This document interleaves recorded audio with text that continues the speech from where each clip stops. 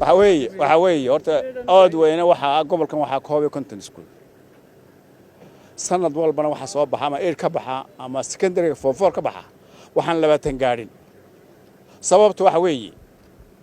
inanka tuulada jooga ee standard 4 markuu gaaro macalinka wuxuu dhigaa isaguna waxa weeye level standard 4 uma dhigi kara marka halka ma sii wada karo inanku labo kala doortay marka inuu reerkoodu ka haysto ilaa cid wax dhigta ma hayee oo ariga raaco iyana hargeysa ama burcal guto ama wadaad helo yiraahdo meesha tay ma jirtay ana tayadii ku hayee kaale aniga macaamada iyo kaale taasuna waxay kasbatay in arday oo dhan uu wadaad ka haysto doortana yiraahdo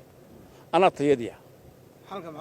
halka waxaan u arkaa wasaaraddu macallimiinta joogta iskuulada tuulooyinka ee mushaharka ah imtixaan ha ka qaado hadduu tayadii yeelan waayo ha noo soo bedesho hadduu tayadii leeyahayna tababar hal sii waa laba macallimiintii la yaqiinay ee wax baratay hadda oo deen marka ka hadlay dugsigan oo kale ka hadlay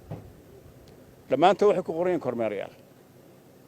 tayadoodii suuqay la joogaan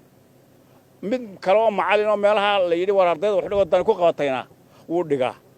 taana amar hal siiyo ninkii wax garanayay in iskuulkooda hadii kala joojiyo mushaarkati wuxuu noogu jooga meesha macallimiintii shaqo qaranta ka waran ardaydii shaqo yaa anagu ma baanu arag kuwa la tababaro iyo kuwa la tababaro